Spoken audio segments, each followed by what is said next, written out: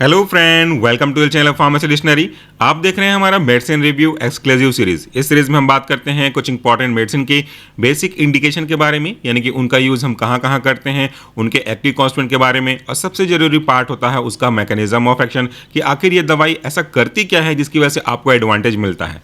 और आज के वीडियो में हम बात करने वाले हैं अगेन एक लैक्सेटिव के बारे में, और आज का जो ब्रांड नेम है वह है इजी लैक्स। यहाँ पे आगे पीछे कुछ नहीं है, ये केवल प्लेन इजी लैक्स लिखा हुआ है। ओरल इमल्सन ऐसे बनाने वाली कंपनी है सिप्ला। इसमें देखिए ये एक शुगर फ्री कंटेंट है, तो डायबिटीज के पेशेंट भी इसे ले सकते हैं। ये एक नॉन हैबिट फॉर्मिंग फार्मूला है, यानी कि इसको लेने के बाद आपको बार बार इसकी आदत नहीं पड़ने वाली है। तो आखिर इसके ब्रांड नेम इजी लैक्स से हमको क्या समझ में आता है, इसको समझने के लिए छोटा सा एप्लीकेशन आप लगा सकते हो दिमाग का। वह इजी मतलब आराम से होने वाला, और यहाँ पे लास्ट में जो LAX लिखा हुआ है वो एब्रिवेटेड वर्जन है, शॉर्ट फॉर्म है लैक्सेटिव का। और लैक्सेटिव मतलब ऐसे ड्रग होते हैं जो कि आपको कॉन्स्टिपेशन से, कब्ज से राहत देने का काम करते हैं। कब्ज क्या होता है, कैसे होता है, उसके बारे में भी समझेंगे, बट मेन प्रिंसिपल इन सब का ऐसा होता है कि आपके स्टूल को जो कि हार्ड हो चुका हो इन केस ऑफ कॉन्स्टिपेशन, इसमें वाटर की अवेलेबिलिटी को इंश्योर करके या फिर डिफरेंट पैरामीटर को फॉलो करके उसके इवैक्यूएशन को आसानी से कराया जा सके। चाहे तो उस स्टूल को सॉफ्ट किया जाए, या तो स्टूल के पाथ को फ्रिक्शन लेस किया जा सके, या तो आपके जो पेरिस्टाल्टिक मूवमेंट है उसको थोड़ा सा ट्रिगर आउट किया जा सके, और अल्टीमेटली इसका प्रपल्शन जो एक्टिविटी है वो इंक्रीज हो सके। तो तरीका कोई भी हो, मकसद एक ही है कि आपके स्टूल का इवैक्यूएशन इंश्योर करा जाए, अच्छे से हो सके, ताकि कॉन्स्टिपेशन को बिल्कुल भी ठीक किया जा सके। ये जो आपका इजी लैक्स है, इसका बेसिक इंडिकेशन कई लोगों के लिए हो सकता है। अगर आप नॉर्मल पीपल हैं और आपको कॉन्स्टिपेशन हो रहा है तब भी आपको डॉक्टर दे सकते हैं। अगर आप प्रेगनेंसी के केस में हैं तो भी आपको डॉक्टर दे सकते हैं। लेकिन प्रेगनेंसी के केस में कोई भी दवाई लेने से पहले अपने डॉक्टर की सलाह बिल्कुल ले लें। हर किसी की कंडीशन एक जैसी नहीं होती, किसी का क्रिटिकल केस हो सकता है, ऐसे केस में कोई भी चीज़ आपके लिए सही नहीं रहेगी। इसके बाद अगर आपका ऑपरेशन हुआ है, किसी भी तरीके का ऑपरेशन हुआ है, उसके बाद कॉन्स्टिपेशन की प्रॉब्लम हो सकती है, तो ऐसा ना हो इसीलिए इस तरह के ड्रग को प्रिकॉशनरी दिया जाता है। इवन आफ्टर डिलीवरी भी ये ड्रग दिया जाता है। तो बस एक एग्जांपल मैंने बताया कि इन केस में दिया जाता है। ओवरऑल तरीके से अगर हम बात करें तो कभी भी जब जरूरत पड़ती है कि ऐसे पेशेंट को हम जिसको स्टूल पास करने में दिक्कत का सामना ना करना पड़े, उसको प्रिवेंट करना चाहते हैं, तो उस केस में इस तरह के जो लैक्सेटिव हैं इनको दिया जा सकता है। अब अगर हम बात करें इसके कॉन्स्टिट्यूएंट के बारे में, तो इसमें दो कॉन्स्टिट्यूएंट हैं। पहला है आपका लिक्विड पैराफिन और दूसरा है आपका मिल्क ऑफ मैग्नीशिया, जिसे मैग्नीशियम हाइड्रोक्साइड भी कहते हैं, और डेफिनेटली ये एक ओरल इमल्शन के फॉर्म में है। और आखिर इस ड्रग के काम करने के तरीकों को समझते हैं, पर सबसे पहले समझते हैं कि आखिर इसका जो प्रॉब्लम है कॉन्स्टिपेशन वो क्या है और होता क्यों है। कॉन्स्टिपेशन यानी कि कब्ज की प्रॉब्लम, और कब्ज की प्रॉब्लम का सबसे महत्वपूर्ण पहलू ये होता है कि स्टूल जो है हार्ड हो जाता है और उसका इवैक्यूएशन सही तरीके से नहीं हो पाता। वो कैसे, मैं आपको समझाता हूं। मान लीजिए कि आप कुम्हार के पास गए हैं, जो मिट्टी का बर्तन बनाता है उसके पास गए हैं। उसने एक मिट्टी का लौंदा लिया हुआ है और इसमें उसने पानी सही मात्रा में डाली हुई है, ठीक है। तो उसने इसमें वाटर डाला। वाटर डालने के कारण से इसकी जो कंसिस्टेंसी है वो प्रॉपर है। अब वो इसको जिस भी शेप में बनाना चाहे उस शेप में ढाल सकता है। इसका जो भी यूज़ करना चाहे वो उसका यूज़ कर सकता है, चाहे वो दिया बनाने के लिए यूज़ करे, चाहे वो मटकी बनाने के लिए यूज़ करे, या कोई और ऑब्जेक्टिव यूटेंसिल बनाने के लिए वो यूज़ करे। जब तक इसके अंदर वाटर का कंटेंट सही मात्रा में है तो वह इसे अपने अकॉर्डिंगली मोल्ड कर सकता है। बट वंस कि अगर ये धूप में, सन में सूखा दिया, इसको सूख गया कि हाँ भाई मुझे जो शेप चाहिए था वो हो गया, तो इसके कारण से अंदर का जो वाटर है वो यहाँ से क्या होने लगता है, इवोपरेट होने लगता है, और इसके अंदर का जो वाटर है धीरे से खत्म होने लगता है। अब जब ये वाटर खत्म हो जाएगा तो ये हो जाएगा क्या, ये हो जाएगा आपका ड्राई।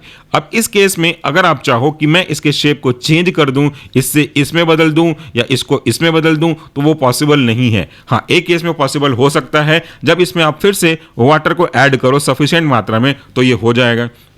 लेकिन अब इसके बाद अगर इन्हीं यूटेंसिल्स को वो भट्ठी पे गर्म करके पूरा पका देता है, उसके बाद आप चाहो कि पानी डाल के चेंज करूं, तो वो पॉसिबल नहीं है। क्योंकि अगर ऐसा है तो आपके मटकी में तो दिन भर पानी रहता है। मटकी में अगर पानी रहता है तो मट्टी को घुल जाना चाहिए था, मटकी के अंदर जो मिट्टी है उसको, लेकिन ऐसा होता नहीं। अब आपने एक प्रिंसिपल तो समझ लिया कि भैया अगर आप किसी ऑब्जेक्ट में पानी की अवेलेबिलिटी को इंश्योर कर रहे हो तो उसके शेप को चेंज किया जा सकता है, सॉफ्ट हो सकता है। बट अगर उसमें से पानी को रिमूव कर रहे हो तो वो हार्ड होता जाएगा। बस यही प्रिंसिपल आपके टूल के साथ भी तो होता है। अब वो कैसे होता है मैं आपको वो समझाता हूँ। अगर मैं मान लूँ कि ये आपका कोलोन पार्ट है, यानी कि आपका लार्ज इंटेस्टाइन पार्ट है, फाइनली जो खाना पीना खाया है सब पच पचा के यूज़ होने के बाद यहाँ पे पहुँचता है ताकि इसमें वाटर के एक्सचेंज को फैसिलिटेट किया जा सके नीड के अकॉर्डिंगली। अब ये जो मैं आपको बना रहा हूँ गोल गोल स्ट्रक्चर, ये आपका स्टूल है, ठीक है। तो इसको हम लिख देते हैं यहाँ पे, ये स्टूल है जस्ट फॉर अंडरस्टैंडिंग पर्पस के लिए। अब यहाँ पे दो तरह की एक्टिविटी होगी, एक तो इसके चारों तरफ ये जो आपका सराउंडिंग है ना, इसके चारों तरफ वाटर तो होगा, तो यहाँ पे हम लिखते हैं वाटर। ये वाटर क्या करता है, सराउंडिंग से आपके इस अंदर में पहुँचता है लार्ज इंटेस्टाइन की तरफ, तो कोलोन की तरफ पानी पहुँचने लगा। जब ये पानी पहुँचेगा और ये पानी अंदर आ जाएगा तो अंदर आपका क्या प्रेजेंट है, आपका स्टूल प्रेजेंट है। तो ये जो वाटर है अब स्टूल के अंदर भी जाना चाहेगा, और स्टूल के अंदर जाएगा तो स्टूल का जो नमी है, कंसिस्टेंसी है, वो आपका मेंटेन रहेगा, मतलब वो एकदम से लूज टाइप का रहेगा। और फिर आगे जा करके ये एनोलेक्ट्रल पार्ट से इस तरीके से इसको शेप चेंज करते हुए आराम से इवेक्यूएट किया जा सकता है। ये एक नॉर्मल प्रोसेस है, ठीक है। एक घटना ये घटती है, तो एक घटना में क्या हुआ, आपका जो वाटर है वो बाहर से अंदर जाकर के वाटर की जो क्वांटिटी रिक्वायर्ड है स्टूल का सफिशिएंट थिकनेस के लिए, वो काम करता है कंसिस्टेंसी के लिए। दूसरा सिचुएशन ये होता है कि अगर अंदर का वाटर जो अब आ चुका है, चाहे कैसे भी आया हुआ हो, ये अंदर का वाटर अगर बाहर निकलने लगे तो अब ये वाटर ना अंदर से बाहर की ओर मूव कर रहा है। इससे क्या होगा, अब ये स्टूल में जो पानी था वो अब खुद बाहर आने लग रहा है। इस तरीके से ये स्टूल का पानी बाहर आया और बाहर का पानी फिर से बाहर चला गया इस तरीके से। तो यहाँ पे एक चीज़ देख रहे हो कि जब बाहर का पानी अंदर जा रहा था तो आपका स्टूल बढ़िया सॉफ्ट हो रहा था, बट अगर पानी को अंदर से निकाला जाए, जैसा कि मैंने आपको मिट्टी को बताया कि धूप में रख के इसको सुखा रहे हो तो पानी वहाँ से रिमूव हो रही है उसमें से, और धीरे धीरे वो कैसा होता जा रहा है, वो हार्ड होता जा रहा है। तो इस केस में केस नंबर 2 जिसको मैं नाम देता हूं, इस केस में आप देख रहे हो कि पानी अंदर नहीं बल्कि अंदर से बाहर आ रहा है, और इस तरीके से आपका जो स्टूल है वो आपका हार्ड हो गया। ये एक प्रॉब्लम समझ में आ गई आपको। दूसरा प्रॉब्लम आपको बताता हूं, उसको भी जरा इमेजिन करिएगा। सब सिचुएशन समझते हैं फिर हम उसके ड्रग के काम करने के तरीके समझेंगे, और आपको पता भी नहीं चलेगा कब आपने खेल खेल में समझ लिया। मान लो ये आपका एक लोहे का पाइप है, ठीक है। ये एक लोहे का पाइप है जो कि थोड़ा पुराना हो गया है, अंदर में फ्रिक्शन जनरेट हो रहा है, मतलब कोरोजन हो रहा है। अब आप क्या कर रहे हो, आप एक दूसरा एक लोहे का रॉड ले रहे हो जिसका जो थिकनेस है लगभग लगभग उस पाइप के बराबर है। क्योंकि उसके अंदर एंटर करना है इसलिए इक्वल टू तो नहीं हो सकता, क्योंकि अगर इक्वल टू होगा तो वो तो जाएगा ही नहीं, तो थोड़ा सा उससे कम है। अब यहाँ पे एक चीज़ को जरा ध्यान दीजिए कि ये हमारा लोहे का एक पाइप था, ये जो था वो आपका दिस इज द पाइप, ठीक है, दिस इज पाइप, और ये आपका एक ऑब्जेक्ट है जिसे आप अंदर लेके जा रहे हो। This is object, it may be anything, it may be rod, simply a rod. अब यहाँ पे जब इतना टाइट है, पूरी तरह से बराबर तो नहीं है बट एकदम ढीला भी नहीं है, तो जब ये मूव करेगा तो उसको, यानी कि इस ऑब्जेक्ट को समझाने के लिए बता रहा हूँ, यहाँ पे यहाँ पे यहाँ पे और यहाँ पे, मतलब हर तरफ कॉर्नर कॉर्नर में एक फ्रिक्शन का सामना करना पड़ेगा। ये जो फ्रिक्शन होगी तो इसका जो मूवमेंट है वो फ्रीली होगा क्या, आप ही खुद बताओ। नहीं, वो जंग लगा है तो बहुत स्लोली मूव करेगा। स्लो मूव करने की वजह से ये फ्रिक्शन भी जनरेट होगा और वो थोड़ा हीट भी कॉज करेगा। अब ये प्रॉब्लम, दो चीज़ें समझ में आ गई आपको। अब अगर मैं आपको ये कहूँ कि हमको इन दोनों प्रॉब्लम को ठीक करना है तो आप क्या कहोगे, आप पहले क्या कहोगे, आप कहेंगे कि पहले वाले केस में हम वापस से इसको अगर सॉल्व करना चाहें तो कुछ ऐसा करते हैं कि अंदर हम कोई ऐसा सब्सटेंस दे दें जो वाटर को अपनी ओर खींचे। तो ये जो रेड कलर में मैं डॉट्स बना रहा हूं, ये मान के चलो कि आपका ऑब्जेक्ट है, यानी कि आपका यहाँ पे कॉन्स्टिट्यूएंट है, ये मिल्क ऑफ मैग्नीशिया, तो ये आपका ड्रग है, ये मान डी फॉर ड्रग मान लो। तो ये ड्रग का नेचर ऐसा है कि ये वाटर को अपनी ओर अट्रैक्ट करेगा। तो इसके उस पार्ट में पहुंचने के बाद जो बाहर का वाटर था, केस नंबर 1 जैसा था, वो बाहर का वाटर फिर से इसके अंदर आने लगेगा। और इसको अगर हम जूम करें तो ये रहा पुराना स्टूल। अब इस पुराने स्टूल में अगर आपका वाटर आ रहा है तो ये वाटर के कारण से थोड़ा सॉफ्ट होगा और इसका जो साइज है वो भी बड़ा होने लगेगा। तो इस तरीके से इसको इवैक्यूएट किया जा सकता है। अब इसी को मैं समझा रहा हूं, इसके मैकेनिज्म को एक और एग्जांपल से, उस पर भी जरा ध्यान दीजिएगा। हमने बचपन में प्रैक्टिकल किया था ना ऑस्मोसिस का, तो ये वही चीज है, समझ लो। ये एक बर्तन है और इस बर्तन में हमने रख दिया है पानी को। ये मैंने पहले भी समझाया था इसी ड्रग के रेस्पेक्ट में, ब्रांड सेम था, कॉन्स्टिट्यूएंट थोड़ा अलग था। तो ये रहा हमारा वाटर, ठीक है। ये इस बर्तन में, इस वेसल्स में हमारा पानी रखा हुआ है। अब हम क्या करते हैं, हम एक इसमें किशमिश को डाल देते हैं। किशमिश समझते हैं ना आप, रेजिन, तो ये आपका रेजिन हो गया, ठीक है। अब इसको हम डुब करके रखेंगे तो थोड़ी देर बाद क्या देखने को मिलेगा, आपको पता है कि क्या देखने को मिलेगा, इसमें मूवमेंट होगा पानी का बाहर से अंदर की ओर। वो कैसे होगा, ऑस्मोसिस के प्रिंसिपल के अकॉर्डिंगली इस जो बर्तन में पानी है ना, उसका कंसंट्रेशन अंदर के पानी के कंसंट्रेशन से कम होगा, तो ये मूव करेगा बाहर से अंदर की ओर इस तरीके से। तो ये जो वाटर है इसके तरफ मूव करते जाएंगे। अब जब पानी किशमिश के अंदर जाएगा तो आप किशमिश को फुला के खाते भी हो तो ये कैसा हो जाएगा, साइज में इंक्रीज हो जाएगा, यानी कि वाटर का मूवमेंट हो गया just because of principle of osmosis. यहाँ पे भी उस पेशेंट को जिसको कॉन्स्टिपेशन है, अगर हम इसको ये ड्रग देते हैं, इजी लैक्स देते हैं, तो उसमें का एक कॉन्स्टेंट जो कि आगे समझाऊंगा वो अंदर जाएगा और वाटर को अपनी ओर खींचेगा और स्वेल हो जाएगा।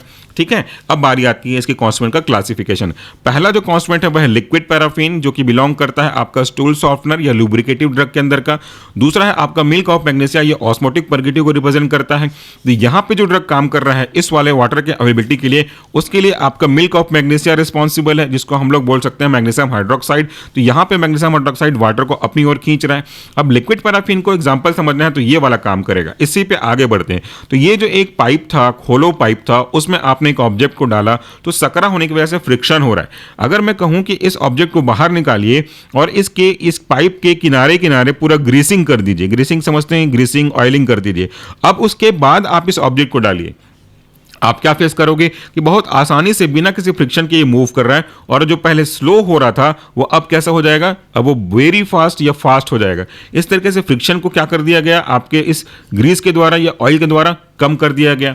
अब आपके लार्ज इंटेस्टाइन में यही चीज तो हो रही है। अगर इसी को मैं इस तरीके से बता दूं कि ये आपका लार्ज इंटेस्टाइन है, ये आपका स्टूल था पहले वाला, और इस स्टूल के मूव करने की वजह से ये था आपका स्टूल। ठीक है, इस स्टूल के मूव करने की वजह से इस हिस्से पे आपको फ्रिक्शन देखने को मिल रहा था, इस पार्ट पे फ्रिक्शन देखने को मिल रहा था, क्योंकि वो स्टूल बहुत हार्ड हो चुका था। क्यों हार्ड हुआ था, क्योंकि स्टूल के अंदर का जो वाटर था वो बाहर जा चुका था। तो बाहर जाने की वजह से नमी तो चली गई इसकी। अब हम क्या कर रहे हैं, हम इसके किनारे किनारे लुब्रिकेशन को ऐड कर रहे हैं। अब जब कभी भी कोई व्यक्ति ये लिक्विड पैराफिन को लेगा ना, तो लिक्विड पैराफिन इसके इस पार्ट पे जहां पे आप देख रहे हैं पूरे कोलोन के पार्ट पे इस तरीके का एक ल्यूब्रिकेशन कॉज करेगा, और इस ल्यूब्रिकेशन कॉज करने की वजह से बिल्कुल भी फ्रिक्शन नहीं होगा, और ये फ्रिक्शन खत्म, और फ्रिक्शन खत्म होने की वजह से ये जो है आपका स्टूल वो आसानी से इवैक्यूएट हो जाएगा, बिना किसी फ्रिक्शन के, बिना किसी तनाव के, बिना किसी स्ट्रेन के। और यही आपके काम करने का तरीका होता है। तो ये स्टूल यहाँ आ जाएगा, ये स्टूल यहाँ आ जाएगा, स्टूल यहाँ आ जाएगा, और यहाँ पे कोई भी फ्रिक्शन नहीं होगी